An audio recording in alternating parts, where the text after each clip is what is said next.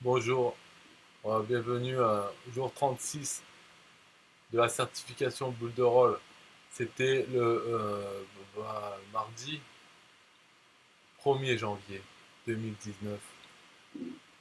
Euh, ça va être très rapide parce que ce qu'on a vu, moi je dis de suite, c'est des trucs totalement inutiles qui devraient, bon, peuvent rester mais ils devraient être virés.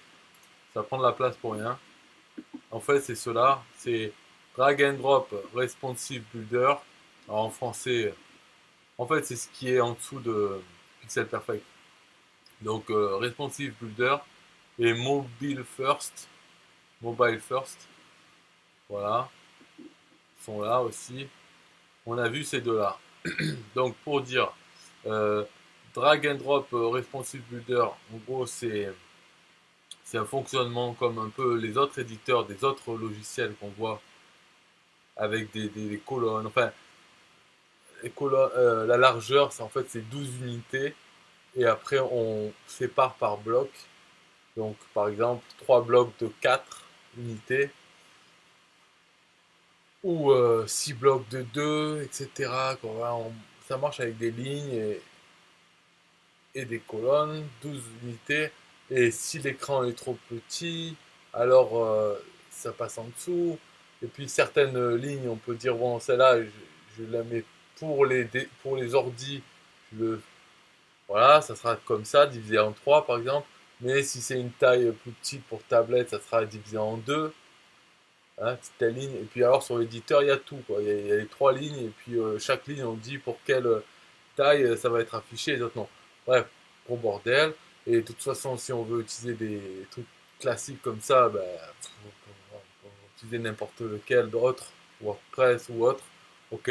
Parce que ce qui est bien dans Builderall, c'est Pixel Perfect, c'est le fait d'avoir sa page comme un papier, comme une feuille de papier, et pouvoir faire son collage, ok. Et après, dans les tailles petites, ben, on a soit une version, si on veut faire la version, ou bien, si on veut pas faire la version, ça nous réduit toute notre page, quoi. Ça réduit sa taille sans passer à la ligne et tout. Et si on n'aime pas ça, ce truc, ben, qu'on s'en aille, voilà, dégagez. Vous pouvez utiliser pas Builderall. Alors, eux, ils ont fait d'autres éditeurs pour les gens comme ça qui veulent utiliser autre chose que Pixel Perfect. Eh ben, Builderall, c'est normal, ils leur fournissent, hein. Vous voulez ça, les gens? Tiens, on vous fait cette merde et puis bah, utilisez-la maintenant. Et non, enfin, non, parce qu'elle m'a dit, oh, ouais, on va être honnête là, dans la formation, elle nous a donné l'historique, parce que moi je suis arrivé en août, ok, 2018, il y avait déjà cette icône là, l'icône orange, qui veut dire que ça, c'est l'éditeur recommandé par Builderall. Donc, moi, je me suis lancé dans celui-là uniquement. Mais ce n'était pas, ça n'a pas toujours été le cas. Et pendant un moment, donc avant août, les mois et années avant, quoi, c'était plutôt le drag and drop responsive builder qui était l'outil mis en avant par Builderall qui disait il faut utiliser celui-là, ça, c'est génial, c'est responsive et tout. Donc, ils étaient, par exemple, la certification donc, de 2017 ou 2018, avant, ils ont appris ça, ou je sais pas. Enfin, voilà. Mais maintenant, moi, je dis, je ne veux pas l'utiliser. Et j'ai demandé, est-ce qu'il y aura ça au moment de l'examen? Elle a dit non, c'est bon, il n'y aura pas ça, ni l'autre après. Donc, au moins, j'ai pas besoin d'apprendre, et je veux jamais les utiliser en fait. Moi, but de rôle égale l'éditeur Pixel Perfect. C'est ça son intérêt, sa valeur ajoutée par rapport à tous les autres, puisqu'il n'y a pas d'éditeur comme ça dans les autres logiciels. Et c'est bien qu'ils soient comme ça, voilà, j'aime bien. Ça rapproche plus du naturel, de la feuille de papier, pour faire son site. C'est pour ça que dans l'autre vidéo, à jour 35, j'ai dit je compte pas ni non plus sur Google qui m'envoie du trafic. Euh, il faut arrêter avec ces conneries, ces histoires de monopole de Google. Il faut faire son site comme ci, comme ça, pour que Google l'aime. Oh, mais allez vous faire foutre maintenant. C'est la page, c'est ma page, je publie ce que je veux, je fais comme je veux. Si Google veut envoyer du trafic, il envoie. Faut arrêter de penser à ça, à tous ces trucs. On envoie notre trafic nous-mêmes. Hein. On met la valeur qu'on veut dessus. Et puis, voilà, ils se débrouillent. C'est le job de Google d'envoyer. Voilà, c'est pareil pour les responsives, machin. Pixel Perfect marche très bien.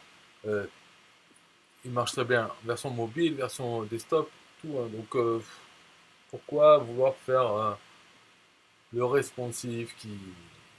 Enfin, moi, je dis non. Si je veux faire du responsive, j'en ai plein d'autres. À Bootstrap, je fais mes autres sites là, en PHP avec ça. Ben, c'est pareil, ça marche 12 unités.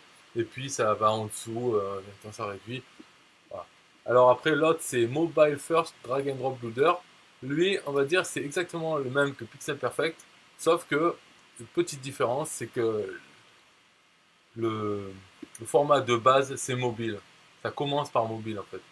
Et après, on peut éditer, si on veut, la version desktop ou tablette. Mais ça part d'abord du mobile. Et donc, ça induit plusieurs petites différences. Mais sinon, les éléments et tout ça, c'est vraiment la même chose que Pixel Perfect. D'ailleurs, c'est le même éditeur. Ils ont dû changer juste quelques trucs. Par exemple, parce que dans Pixel Perfect, quand on ajoute un élément sur desktop, qui est le principal, quoi, l'écran principal, c'est pas forcément qui va apparaître dans mobile. Enfin, tout ça, ça dépend. Il y a certaines règles, je sais rien. Mais dans Mobile First, ben, c'est pareil, mais le contraire. Ce qu'on ajoute dans mobile va pas forcément être dans la version desktop. Alors, quel intérêt de faire avec Mobile First au lieu de faire avec Pixel Perfect et de faire la version mobile? Ben, moi, j'en vois pas. Pendant la formation, ils ont essayé de trouver une raison. Il n'y a pas vraiment, on n'a pas trouvé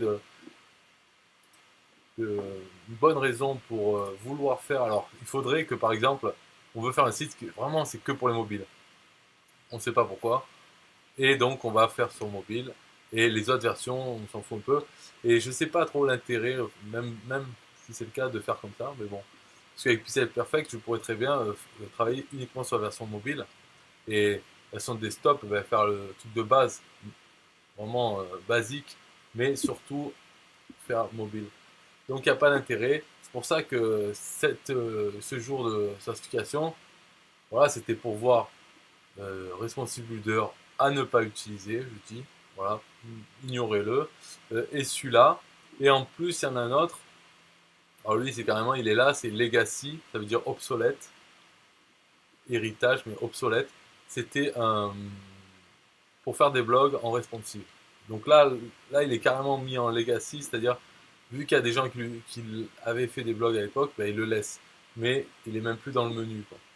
Et les deux autres, il faudrait aussi que ce soit comme ça. App Creator, c'est pas pareil parce que c'est un logiciel, une application pour faire des applications mobiles. Donc celui-là, c'est pas pareil. Mais on l'a pas vu et on verra plus tard. Mais voilà. Mais moi, je parle de ces deux-là. Responsive Builder et Mobile First Pixel Perfect, en fait. Ces deux-là, c'est pas la peine de les regarder. Il reste quand même Pixel Perfect.